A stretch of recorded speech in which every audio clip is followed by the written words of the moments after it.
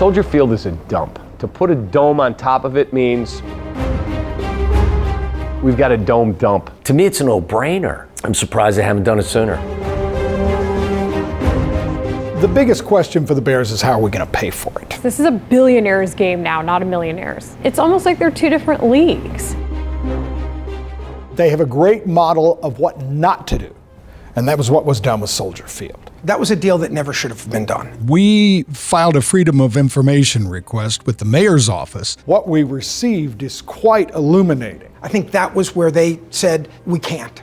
They won't even talk to us. They won't even talk to us. Really? That's what we're on? How about we leave? It didn't have to come to this. Contrast that with this invitation from Arlington Heights. It's a once-in-a-lifetime opportunity. You cannot do these deals if people don't legitimately like each other. This is a massive move for the franchise. And if it doesn't happen, I think it's devastating to the franchise. How many times in 6 years did I hear, well, that's the way we've done it. And that's the way Coach Hallis wanted it. When the game changes around you, what are you doing to make sure that you're keeping up? If you don't win, you're a loser.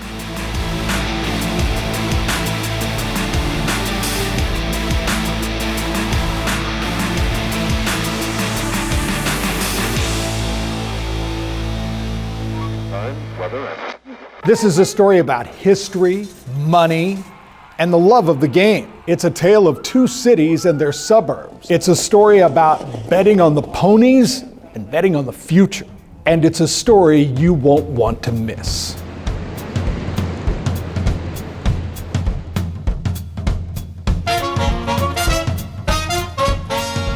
In Daniel Burnham's original plan of Chicago, there was a stadium on the lakefront. It was originally intended as a municipal gathering place. Over the years, Soldier Field has been used for a lot of things that had nothing to do with football. Auto racing, demolition derbies, ski jumping, rodeos. The World Fair to the start of the Special Olympics to political figures that spoke there, being there, you know, for the first time, running out the tunnel, it just kind of gave me goosebumps. I feel blessed to have played there, honored to have played there. But to me, you know, you don't stay downtown because of the beautiful skyline. The Bears didn't even move to Soldier Field until 1971. Bear greats like Dick Butkus, Brian Piccolo, Gale Sayers, Mike Ditka, they played most of their games at Wrigley Field.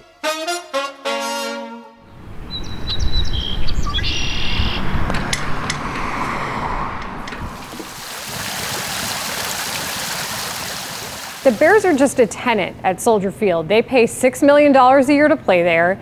The lease runs out at the end of the 2033 season, but they can pay a multi-million-dollar penalty if they want to leave early. But they've had a wandering eye for decades. In fact, when they originally signed the lease to play at Soldier Field, they thought it was going to be temporary. They told their own ticket holders they'd probably only be there for 4 years. It was never going to be their forever home. Enter Arlington Heights.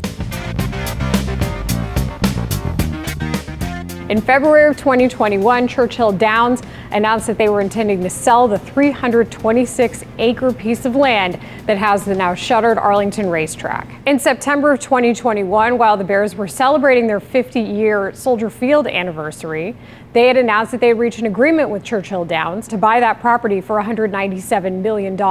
I think the Bears want to control everything, be able to have concerts and conventions and Final Fours and Big Ten title games, all of that.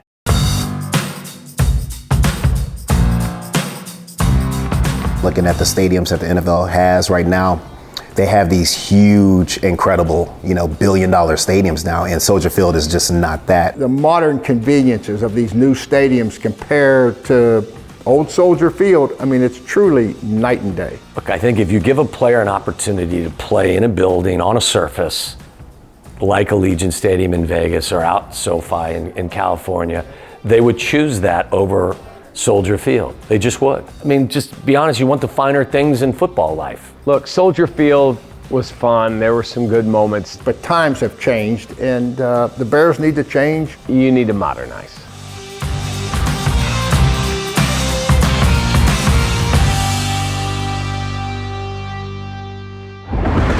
Bernstein and Holmes, middays 10 to 2 on 670 The Score. I was watching NBC5 and I saw you do the feature of you going to SoFi Stadium. Why? We wanted to see a stadium that was built with private money.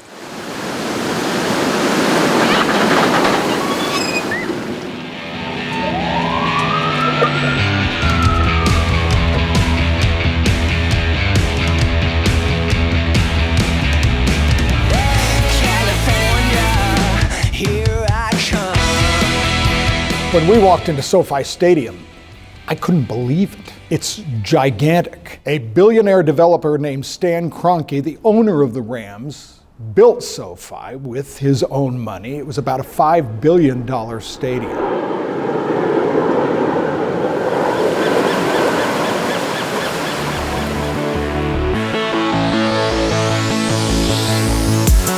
Why don't you just give me chapter and verse on the stadium? I mean, how many people does it seat? So about 70,240 fixed seats, but you can put close to 100,000 people in this building for a WrestleMania or something like that.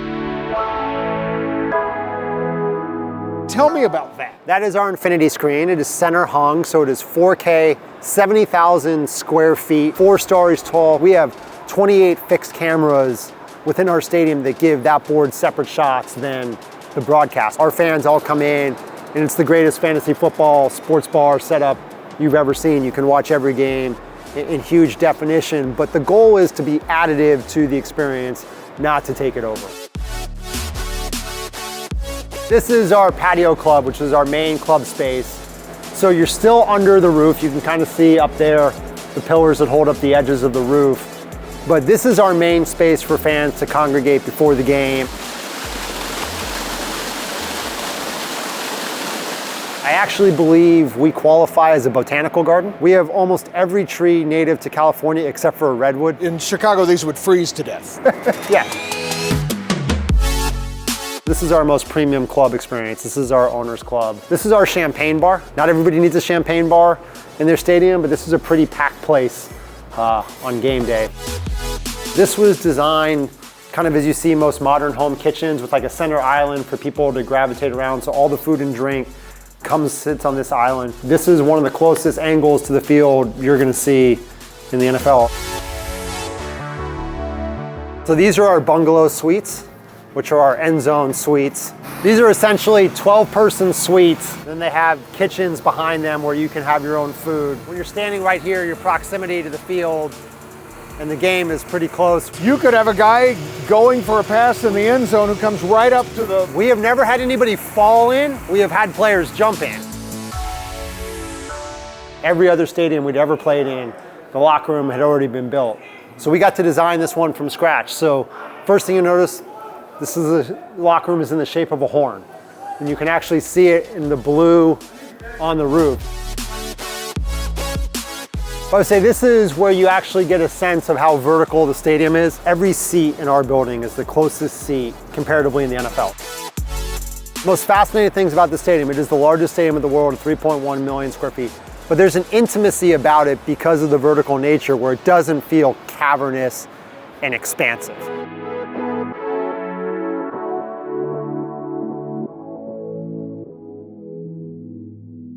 Stan Kroenke had the ability to move here and build the stadium because he's filthy rich.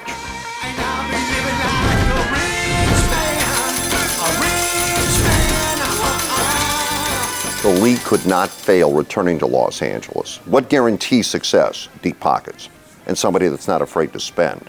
Stan Kroenke was that guy.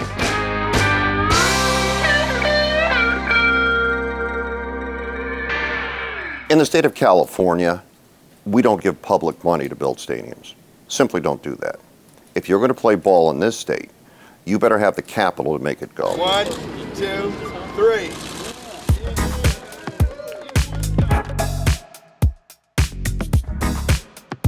There we go.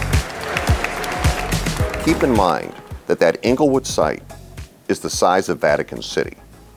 The stadium is just one part of it. There's retail, there's commercial, there's residential, all of that is going up.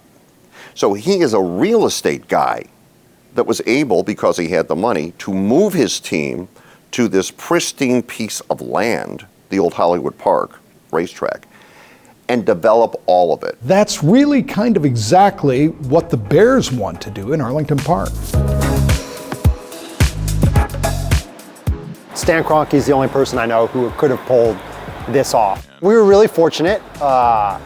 In 2014, this piece of land, which used to be Hollywood Park Racetrack, came for sale. And we all sat down and said, we want to build the greatest sports and entertainment district on the planet. And Stan Kroenke's one message to kick off the meeting was, if we're going to do Los Angeles, we can't undershoot Los Angeles.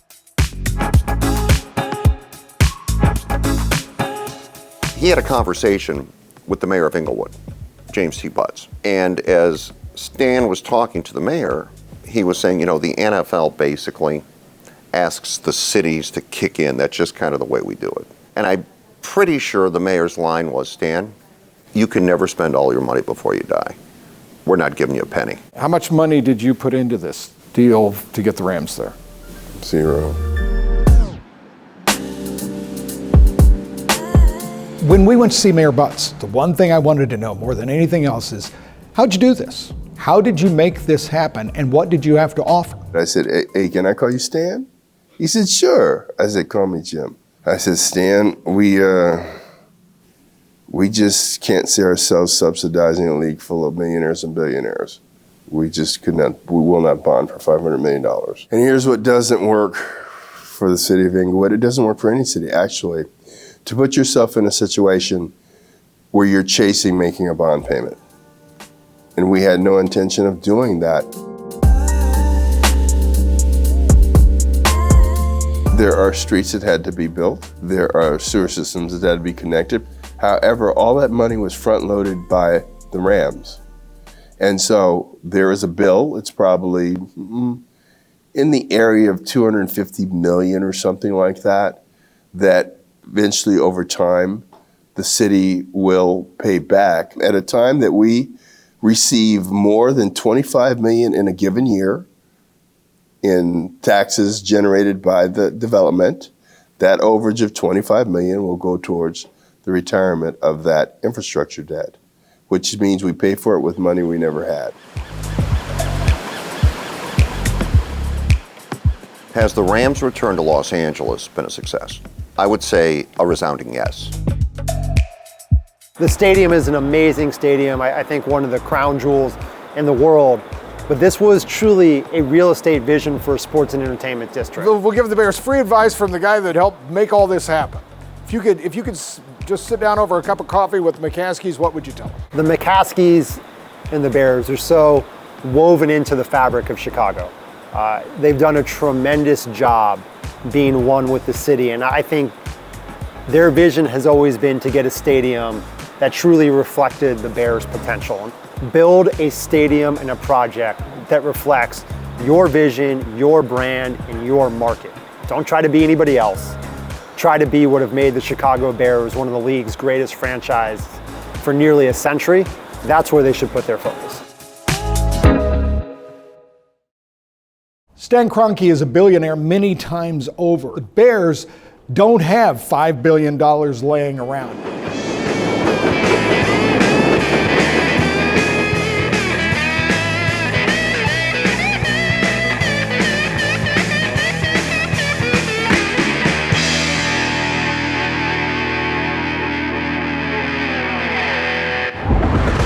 Bernstein at Holmes, middays 10 to 2 on 670 The Score. This is not their side hustle.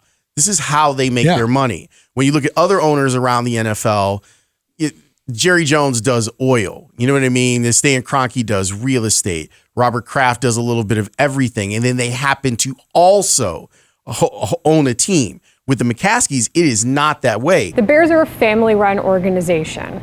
And we're seeing owners come in now with immense amounts of money. It's almost like they're two different leagues. This is a billionaire's game now, not a millionaire's. I'll keep my money in the bank.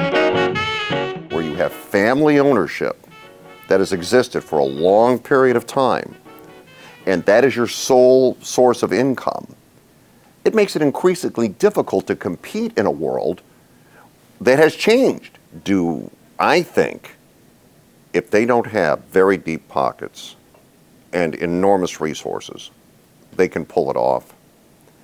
I would say no. With the caveat, is Arlington Heights going to kick in? Is the state of Illinois going to kick in?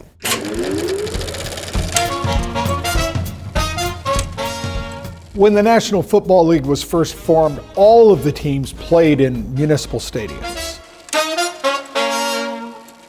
You then went through a stadium building boom, the 90s, 2000s, where public money went in, to build new stadiums. And now you're at the life end, really some of those, not the life end, but 25 to 30 years. They either need significant improvements or you need new stadiums. With all of the other demands for tax dollars, the public really doesn't want to finance the building of a stadium that's going to cost $2, $3, $4 billion. Certainly not in Illinois.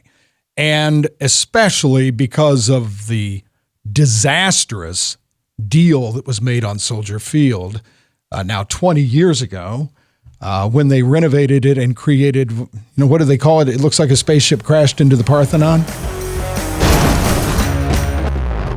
That was a really, really expensive project, and they did it by selling bonds. That's their way of borrowing money. We wanted to know how much they still owed on those bonds. What we found was pretty shocking. The Bears and the NFL each chipped in $100 million. The Illinois Sports Facilities Authority issued bonds for the rest of the project, over $398 million. But right now, they owe over $383 million in principal and more than $256 million in interest. And they now owe $640 million? Yeah, they owe nearly twice as much as what was originally borrowed. And I think when people hear that, they say, well, how is that even possible? It's really how we financed it that made this an extraordinarily expensive project.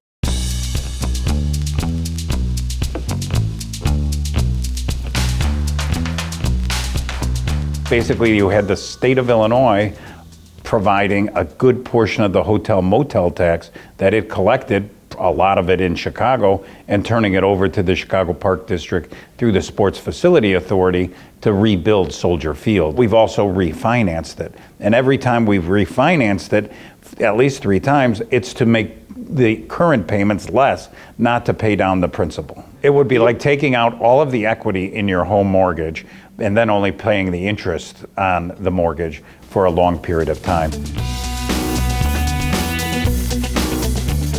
Smallest stadium in the NFL, no parking. It's going to end up costing over $1 billion when everything is said and done. And remember, that's into the early 2030s. So if the Bears leave, you're still paying for it. This is crazy. That's crazy. Those numbers are outrageous. We will not lose the charm and dignity of this distinguished stadium. On the contrary, it will enhance it. That was a deal that never should have been done. First, the building itself was obsolete before the concrete dried. They'll never find uses for the building that will justify the continued payments. And everyone looks at that and it kind of haunts everything going forward. Cities realize they can't afford to do that anymore. Cities all over America made those deals. And they did, and they were happy about them. And then they all paid. Largely, the public is looking at this and saying, yeah, we think maybe you should move. Soldier Field is old. We wish you luck. We'll come see games in that new stadium, but don't ask us to pay for it. So an open air, excellent new stadium would be in the $2+ billion range. A fixed dome, closer to $3 billion, a retractable dome, significantly more. The biggest question for the Bears is how are we going to pay for it? By the way, we asked the Bears for an interview and they declined. They're going to be able to have the NFL help support to the tune of hundreds of millions of dollars that will come in from the league, 350 or so, $100 million. They will also very likely have seat licenses, generating $500+ million coming in upfront. I can imagine fans are going to be pretty upset if they realize that personal seat license might not transfer over to Arlington Heights. But one of the things I do know about the Bears is they're very considerate to those who have those. Things like naming rights, your main advertisers in the building, suite leases, club seat licenses. Bears and the NFL and the Bears fans and sponsors are going to be the ones that fund the stadium itself. When Kroenke decided to come here and move the Rams, the one thing he knew is building a football stadium on its own is a loser. That ultimately is usually pretty expensive, and where your return comes out is going to be questionable. If you just build the stadium, you've made a mistake because you can't monetize everything. You need business around it. You need to make it a destination 365 days a year.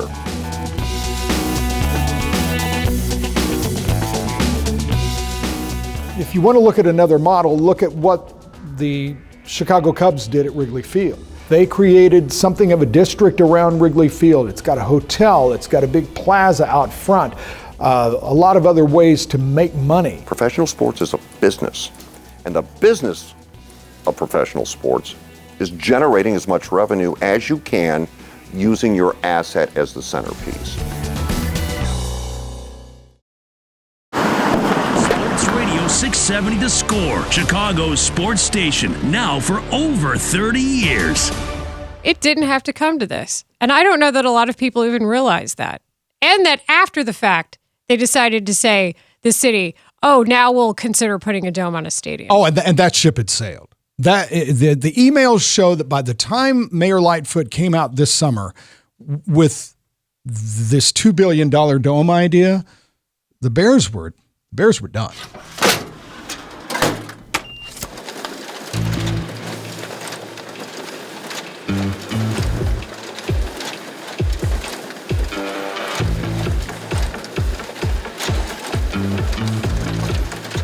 When the Bears discussed the possibility of going to Arlington Heights, Mayor Lightfoot immediately responded with a statement that was pretty caustic. She said the Bears needed to concentrate on being relevant in October and beating Green Bay. You can imagine how well that sat at House Hall. It did not go over well. No. And considering the history between the Bears and the Park District and the Bears and the city of Chicago, it was kind of one of those, really? That's what we're on? Bet.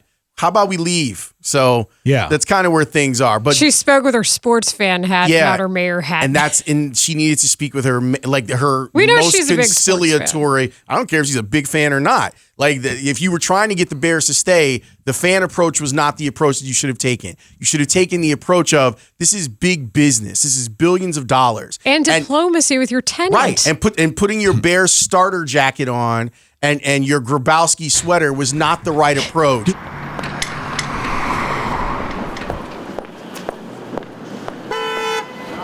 We thought it might be kind of interesting to file a Freedom of Information request with the mayor's office to get some correspondence between the city and the Bears.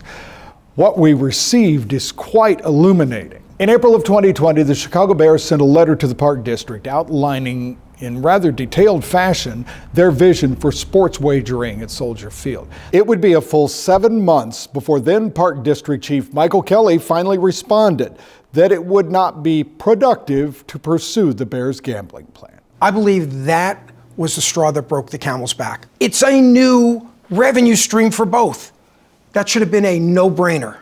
To totally dismiss it, I think, was where the Bears, even those people that said we can salvage this relationship, I think that was where they said, we can't. They won't even talk to us. They won't even talk to us.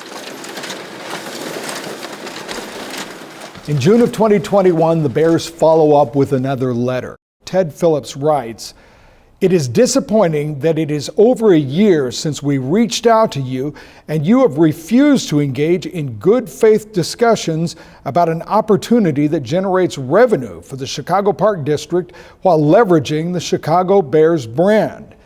It would be just a couple of weeks later that the Bears would announce their intention to look at that property in Arlington Heights. At some point, you just, shake your head, throw your hands in the air, and you say, this is never going to get better. In April of 2021, the Park District wrote a note to Ted Phillips saying, At a meeting held on April 14, 2021, hosted by Mayor Lightfoot and her staff, you stated you had not received structural engineering reports on the physical condition of the infrastructure at Soldier Field.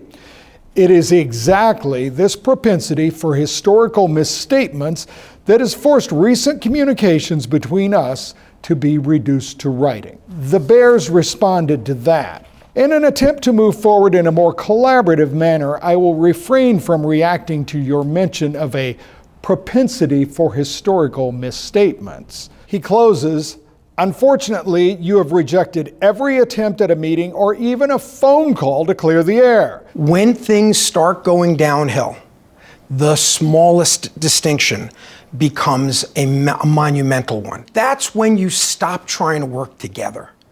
That's when solutions become increasingly more difficult to find. Later on in October of 2021, he sends a list of discussion topics that he hopes to talk about. Many of those are about improvements and repairs they want to see at Soldier Field. Seats with faded numbers, tears in club seats, complaints of skin irritation on the armrests of some seats. We asked the city for an interview about these exchanges and other aspects of the Bears' potential move, but the mayor's office declined. The Bears did tell us that they maintain a strong working relationship with the current Park District Superintendent. There was a distinct change that occurred when Churchill Downs put Arlington Park on the market. They had looked at Schaumburg. They took an option on some farmland. They looked at Gary, Indiana. None of those really were. This was now a ready-made, perfect site. The time to keep the Bears in Soldier Field was before that became available. I think the city underestimated the Bears, A.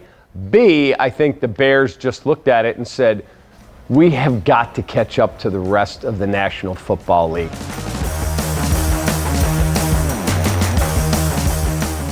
It was obvious that the relationship between the Chicago Bears and the Park District was irreparably broken.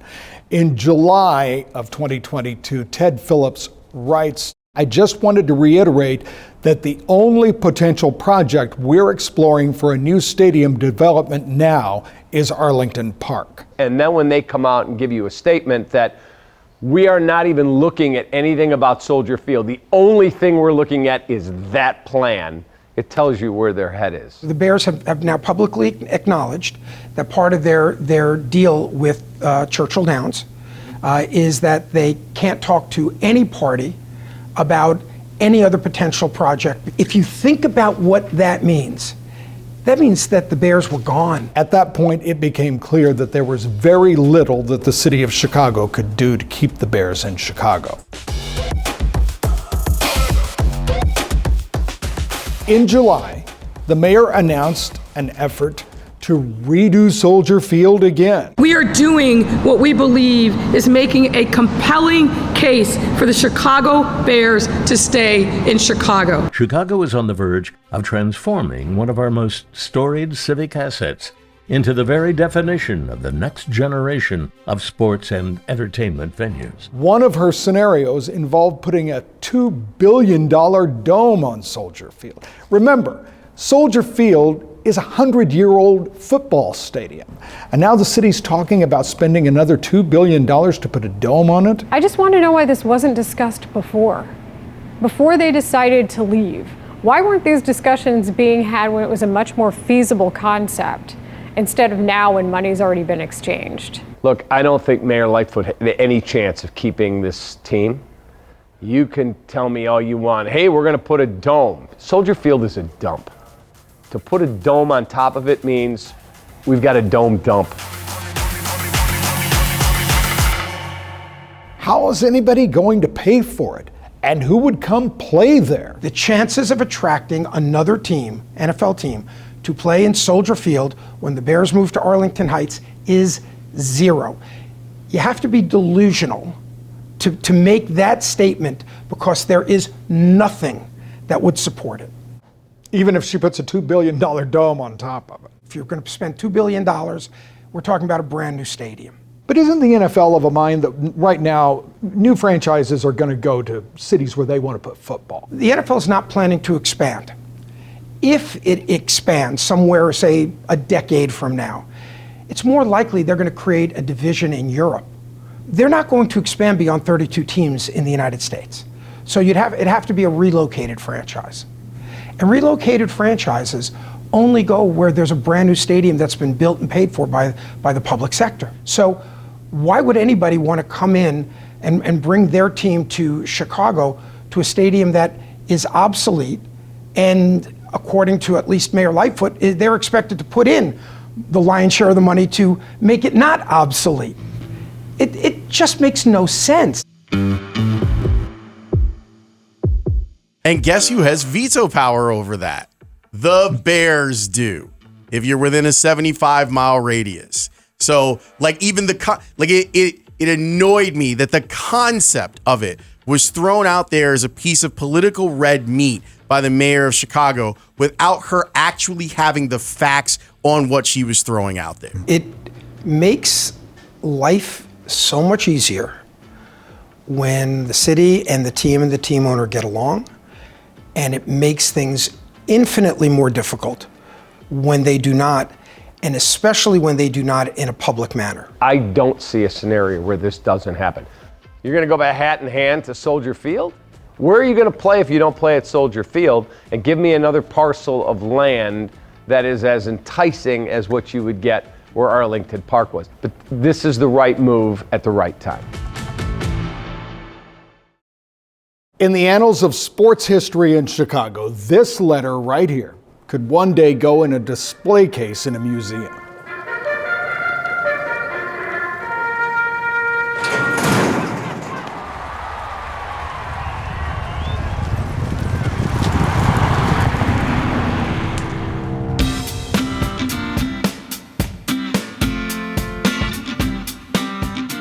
Teams play in the suburbs all over the country. In fact, the New York Giants and Jets play in New Jersey. So this is very common for a lot of places. And you look at the San Francisco 49ers play in Santa Clara, a suburb. The Dallas Cowboys play in Arlington, a suburb. You know, the Miami Dolphins don't play in the city of Miami. There is absolutely nothing that is unusual about this. And part of the reason is because there's typically more land easily available at a good cost in a suburban location. I was a little kid, I remember Gary, Indiana is going to build a stadium for the Bears, and then that Mayor Daley said, well, then you're not going to be the Chicago Bears. You could be the Gary Bears, you can do whatever you want. You're not using our city's name, and it was a big controversy. That's just political CYA language. It's to show toughness. It's completely meaningless. The name Chicago Bears has to do with the region, and it's trademarked. The city has no say whatsoever in this matter.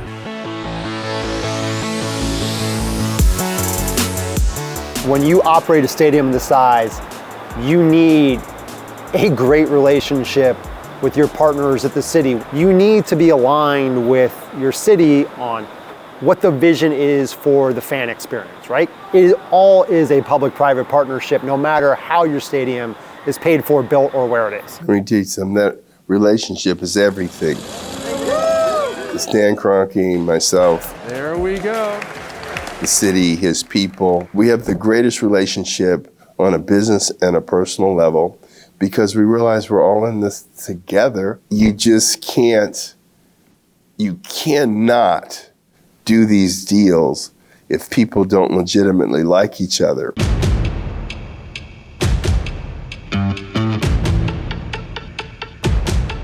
Already we've shown you from the emails we obtained just how caustic the relationship was between the city of Chicago and the Chicago Bears.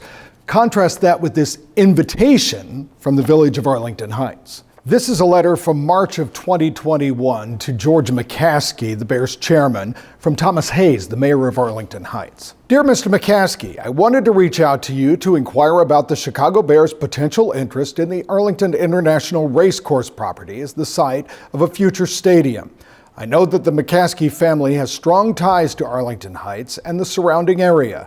As you know, Arlington Racecourse is not just a unique piece of property, but an important part of our region's history. The village is working with Churchill Downs International to find a use that is worthy of the track's legacy to Chicagoland. I would love to speak with you to discuss your organization's interest in the site and how we might work together to build something special there. Arlington Heights is approaching this. We want to do this. Let's figure out how. Not, why should we say no? That's a very different approach than the Bears have been used to, working with the city of Chicago and Soldier Field and Park District. What would be better, what would be more exciting and unique for the village and the northwest suburbs than the Chicago Bears and NFL football stadium?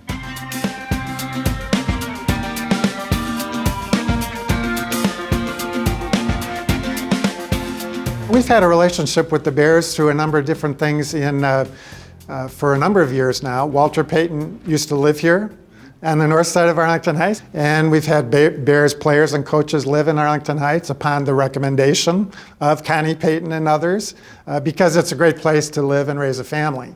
And so we are very excited about this opportunity to have the Bears here. And 670thescore.com, an Odyssey station.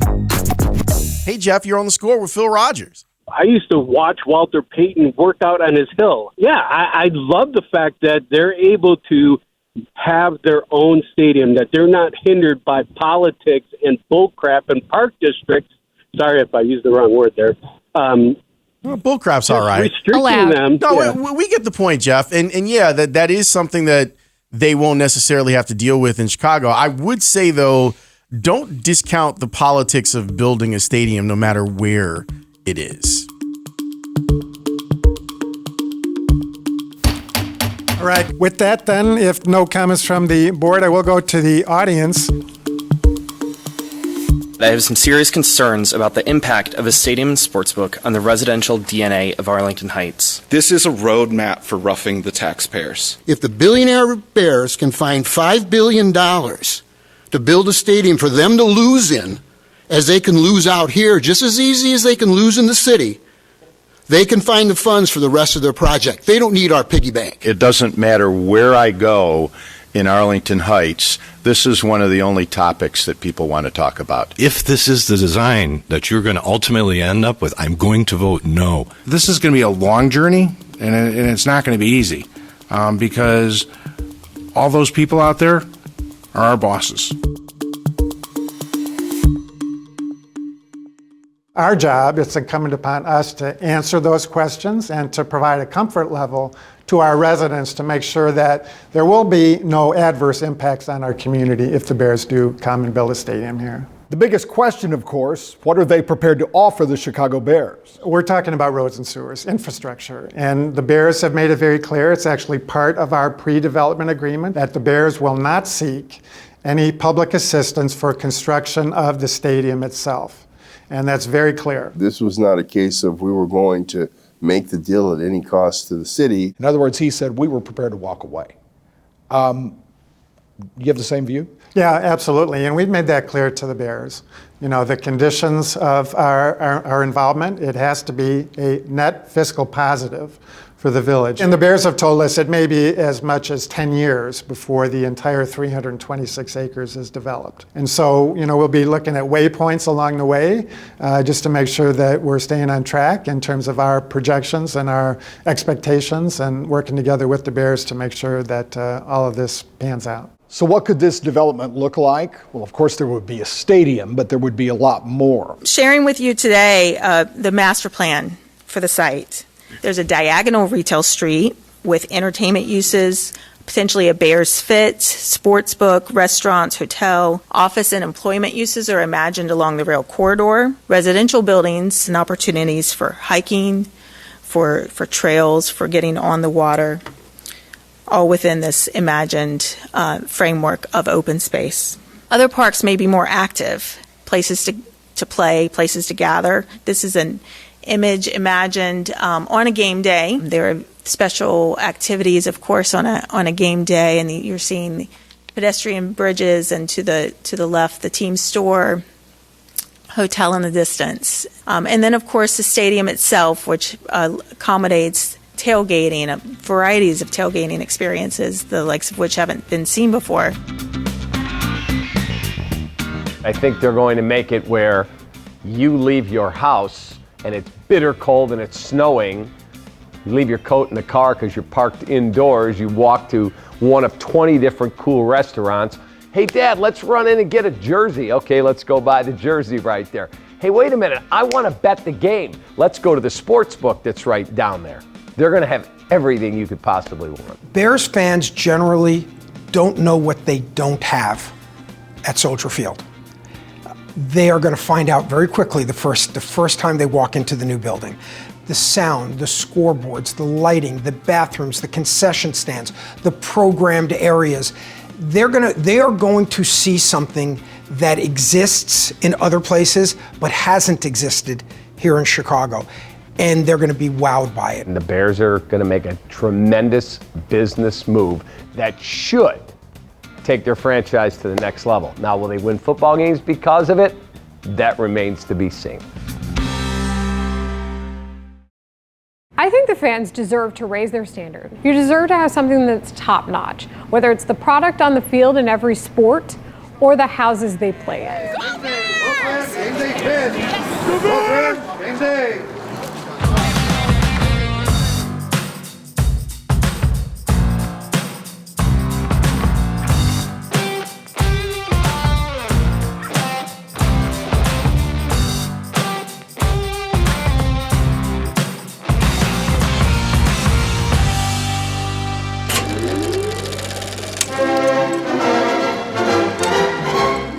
The Chicago Bears are a storied franchise that go back to the beginnings of professional football. On September 17th, 1920, the owners and representatives got together in a Hupmobile automobile showroom in Canton, Ohio, to form a league. It was the beginnings of what would be the National Football League. George Halas was there as the representative of what was then known as the Decatur Staleys. And of the teams that were present in that room, only two teams, the Chicago Bears and what are now the Arizona Cardinals, still exist. That tradition of Coach Halas, getting the NFL started, that has been very, very important to that family. In the early days of the team, George Halas was everything. He was the owner, he was a player. Red Grange would later say he even printed the tickets. I think he probably taped the ankles of the players in the locker room. I mean, he did it all. George Halas was the whole organization of the Chicago Bears. He was. He was the Chicago Bears. That was one thing that Coach Ditka always stressed was, listen, you're not just representing yourself, which you are, and your family.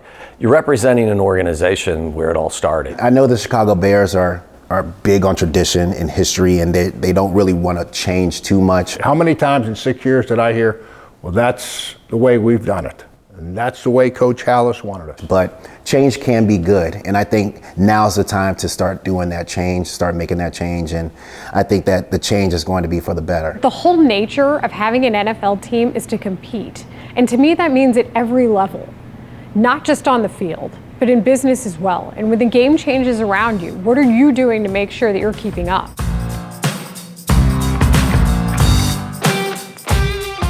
It is vitally important to the National Football League that the Chicago Bears succeed, not just for sentimental reasons, but because this is the third largest market in the country.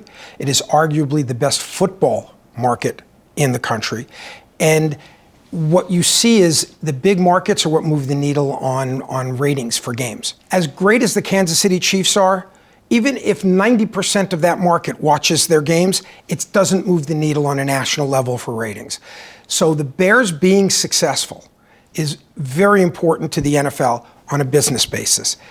It's also very important to the NFL for their tradition. Because they represent an unbroken line which goes back to the very first second of the National Football League's existence. Hey, we got someone from Arlington Heights that says, hey, John, you're on the score. When we have the third largest market and the smallest stadium, guys, it doesn't make sense. Let's get it done. let's get a beautiful state-of-the-art stadium, and let's go Bears. At the end of the day, we all build these stadiums to give the preeminent fan experience we can to our guests. They are the lifeblood of our teams. They are what drive this engine. You don't have a stadium without fans. You're going to have good years and bad years. The reason you build stadiums is so you can control away from the field everything you can to make sure that that fan experience, that passion, that loyalty comes back. Everybody can't be in a suite, right? Everybody can't. There are people sitting in those end zones, and they need the people sitting in those end zones on the top row. That's the people that they need to always be looking at, in my opinion, saying, how can we make this experience better for them? The family of four going to a Bears game, it's not a cheap afternoon. So they're asking a lot of their fans financially. I think delivering a product that is more up to speed and more comparable with what some of the other franchises in the league is what the fans do deserve.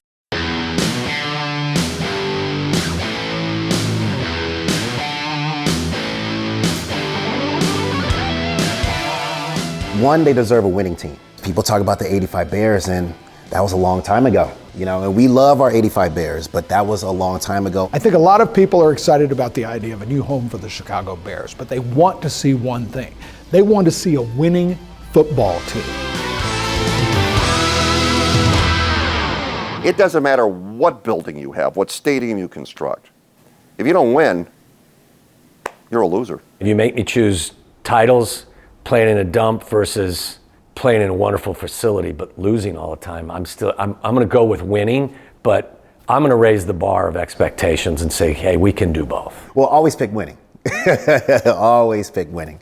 But they can coexist. If you look at the Patriots, they got a brand new stadium in Foxborough, and then they started to win everything. There's no question that Virginia McCaskey wants to do, the priority is what do we got to do to try to win a Super Bowl? The atmosphere around the 85 Bears was like nothing this city had ever seen. It's time to just get that energy back, get that vibe back. 85, they had that vibe and they had that feel, but with the new stadium, new Hallis Hall, new football team, new structure of the organization, just new. It feels good. I want you to think about what sports are. Take a minute and think about this. What do you get from sports? What does sports bring to us? You know what sports do? All they do is sell hope. It's more than hope. It's at the beginning of every football game, the score is 0-0. Every game supposedly can end up as a victory for either team. The window to win a Super Bowl is just so small, but you have to make sure that everything is in place to strike to see if you can hit the jackpot. And right now it feels like we're starting to put everything in the basket right now, all the weapons in the basket. Proud member of the alums, probably walking with a little bit stiffer spine and a little bit extra in my step now than maybe a few years ago. The Bear tough tradition is always going to be the Bear tough tradition, and it has to do with how the players play on the field. What keeps Bear fans coming back? A lot of what keeps Bear fans coming back is they feel like they're part of that DNA. They identify with the glory days of the Bears, and they always think that those glory days are just a few games away.